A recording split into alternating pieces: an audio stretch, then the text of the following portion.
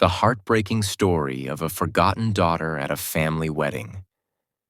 I never imagined that my own family could make me feel like a stranger, especially on a day that was supposed to be filled with love, laughter, and unity. My name is Emily, and this is the story of how I became invisible at my sister's wedding. The morning of the wedding was breathtaking. Soft music filled the house, flowers lined the entrance, and everyone was buzzing with excitement. Except me. I stood in the corner of the living room, holding my dress, the one Mom had told me to wear because it's simple and won't draw attention. Those words stung more than I wanted to admit. My sister Lily looked radiant, glowing in her white gown. Everyone showered her with compliments, snapping pictures, laughing, crying tears of joy. Dad couldn't stop smiling. Mom kept calling her my little angel. And me? I was the one who fetched tissues, fixed veils, and disappeared in the background of every photo. When we arrived at the church, the seats were perfectly arranged. Except for one tiny detail. My name wasn't on any of them.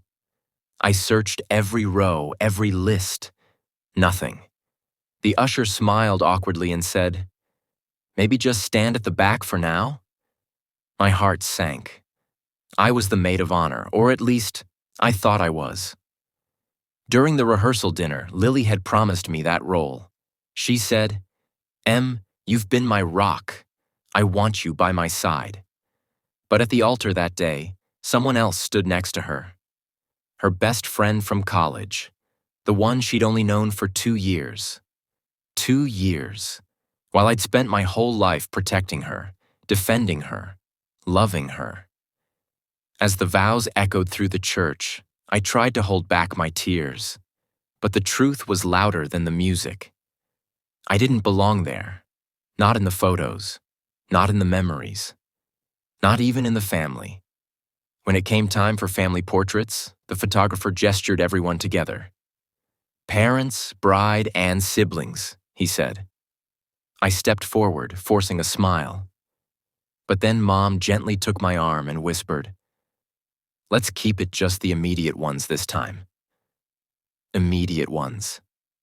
I froze. Everyone smiled for the camera, while I stood just a few feet away, holding my breath and my breaking heart. Click. That sound felt like a nail sealing the coffin of whatever was left between me and them. At the reception, laughter filled the room. Dad gave a speech about how proud he was of his 2 beautiful daughters. And for a moment, I thought maybe he'd look at me. He didn't. When Lily tossed the bouquet, it landed right in my hands. Everyone clapped, but I could feel the whispers. Maybe now she'll finally find someone.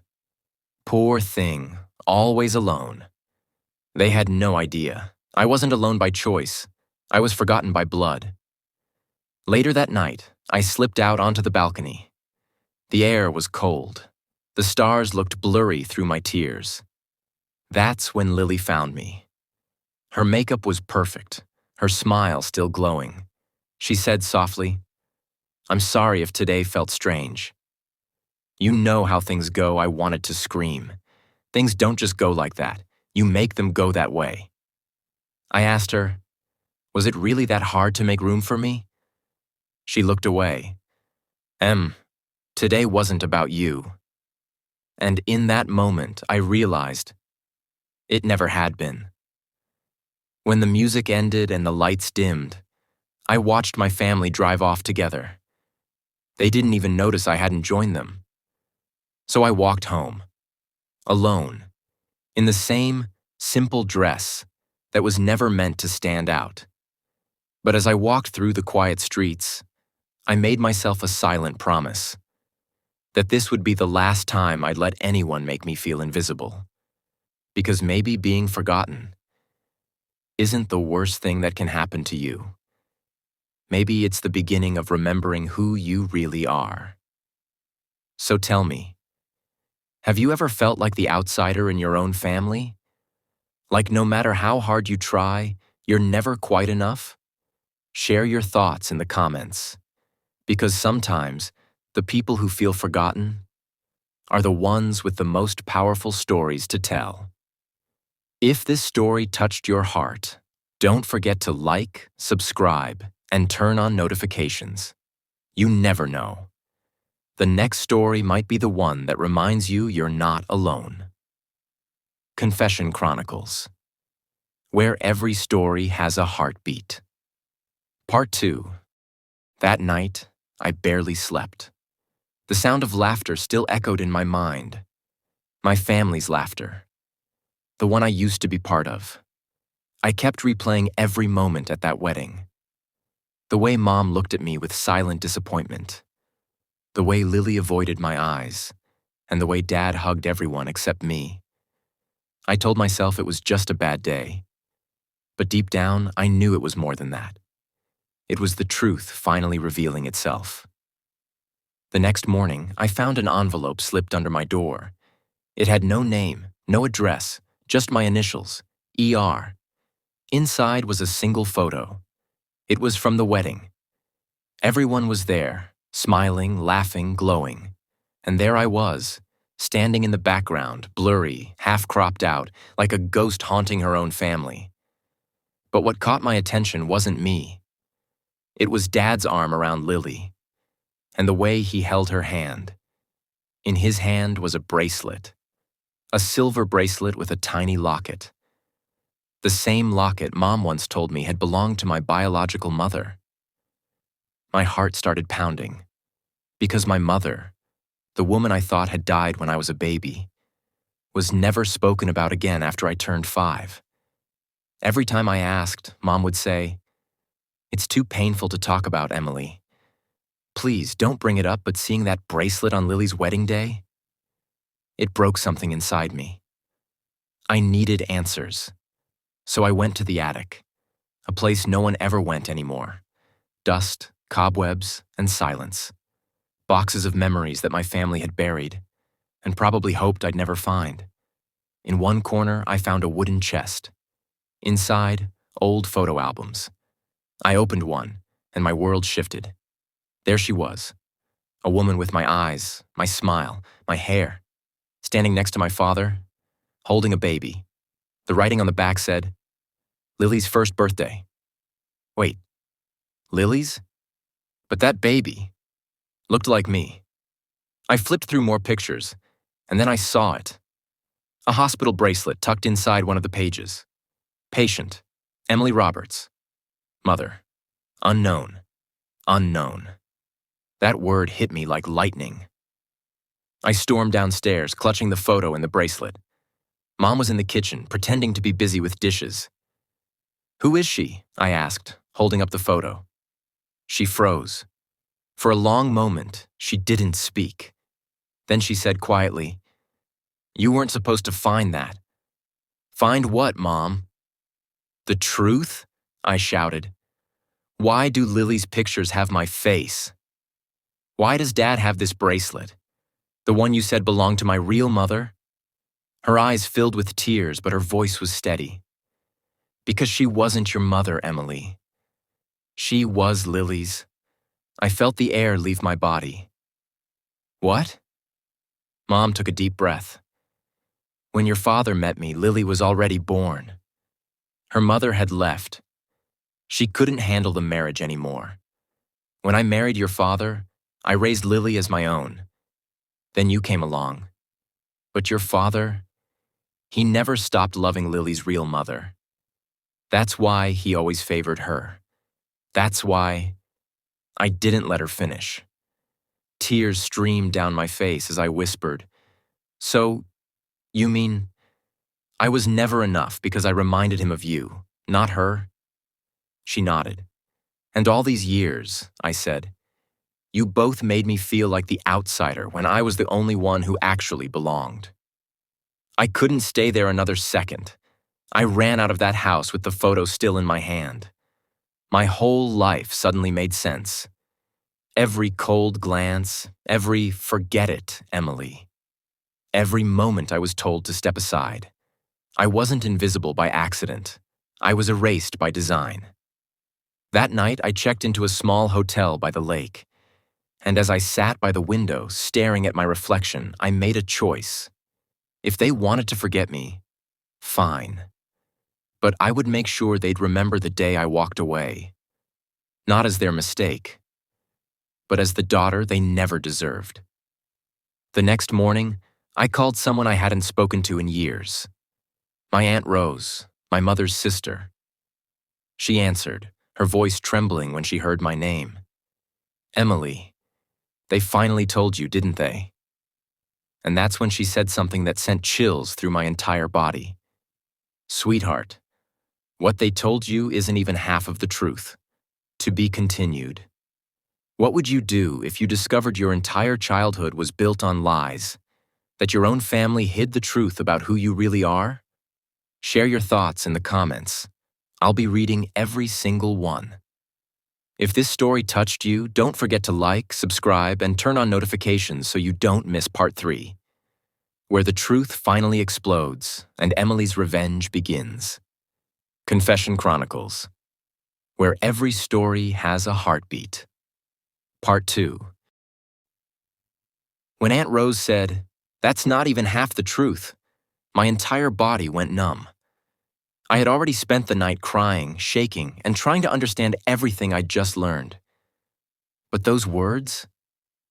They made me realize the story wasn't over. Not yet. I drove to Aunt Rose's house the next morning. It was quiet, surrounded by trees, the kind of place you'd never expect to hold buried family secrets. When she opened the door, she looked older than I remembered. Her eyes were warm, but heavy, like she'd been carrying something for years. "Come in, Emily," she whispered. "You deserve to know everything." We sat at the kitchen table.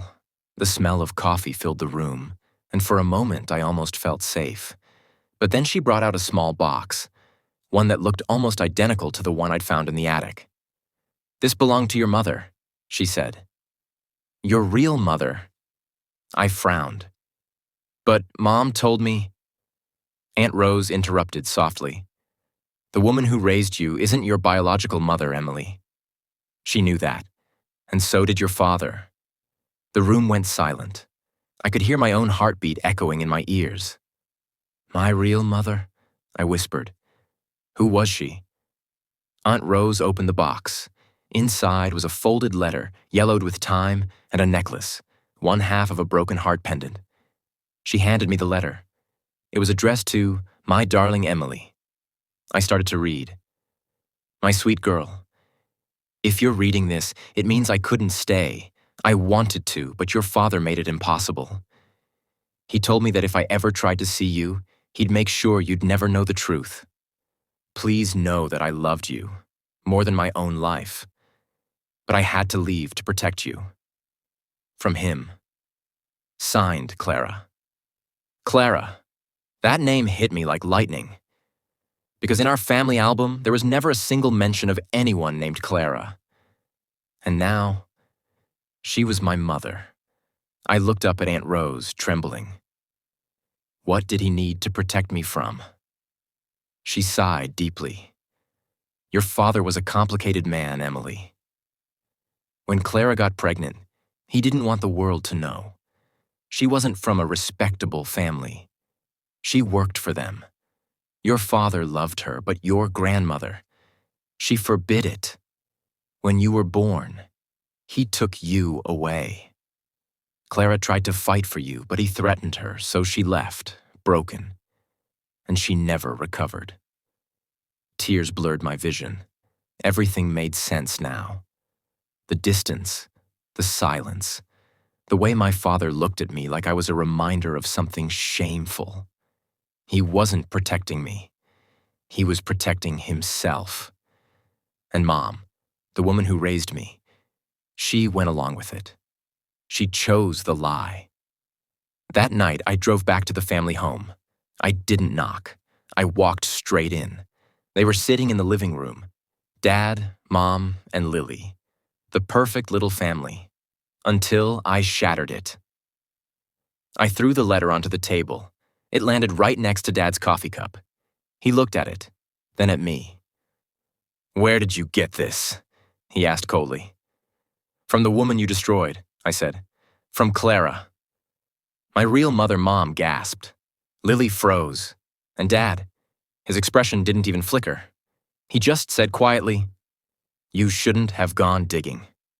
That sentence made something in me snap. "I spent my whole life trying to earn your love," I screamed. "I thought I wasn't good enough, that I did something wrong." But all this time, it was you. You who carried the shame. You who lied. You who made me feel like a mistake. Lily stood up, tears in her eyes. "Emily, please." I turned to her. "You took everything, Lily. The family, the love, even the role at your wedding that should have been mine. But you didn't even know that the sister you pushed aside wasn't your half-sister." "What are you saying?" she whispered. I looked right into her eyes. "We're not related by blood. I'm Dad's daughter. You're not." The room went silent. For the first time, Dad's face went pale. Mom's hands started shaking. "Emily, stop," she pleaded. "You'll ruin this family." I laughed bitterly. "This family was ruined the day you built it on lies." And then I left. For the last time. Weeks passed. I didn't hear from them. Not a single call, not a single text. Until one day, I received a letter. It was from Lily. "Emily, you were right, everything. Dad finally told me the truth. I don't know who I am anymore, but I know you deserve the life they stole from you. Please don't hate me. I want to meet you. Not as my sister, but as someone who wants to start over. Love, Lily." I met her by the lake, the same place I had run to after her wedding. She looked different, broken, real. We sat there in silence for a long time. Then she said, "You know what hurts the most? We both lost a mother, just in different ways, and for the first time, I didn't feel angry. I just felt sad, because she was right. We were both victims of the same lie." Months later, I received one final letter. From Aunt Rose. She wrote that Clara had passed away years ago. But before she died, she told Rose to find me someday and give me something. Inside the envelope was the other half of the broken heart pendant. When I placed it against mine, it fit perfectly. And for the first time in my life, I felt whole. So maybe I was the forgotten daughter once, but not anymore. Now I'm the woman who remembers everything and forgives nothing. Because sometimes, being forgotten isn't the end of your story. It's the beginning of your freedom. If you discovered your entire family was built on lies, would you walk away? Or would you fight to make them face the truth? Let me know your thoughts in the comments. Your stories matter, more than you think. Don't forget to like, subscribe, and turn on notifications for more powerful confessions that reveal the deepest human emotions. Because here on Confession Chronicles, every story has a heartbeat. Broken heart.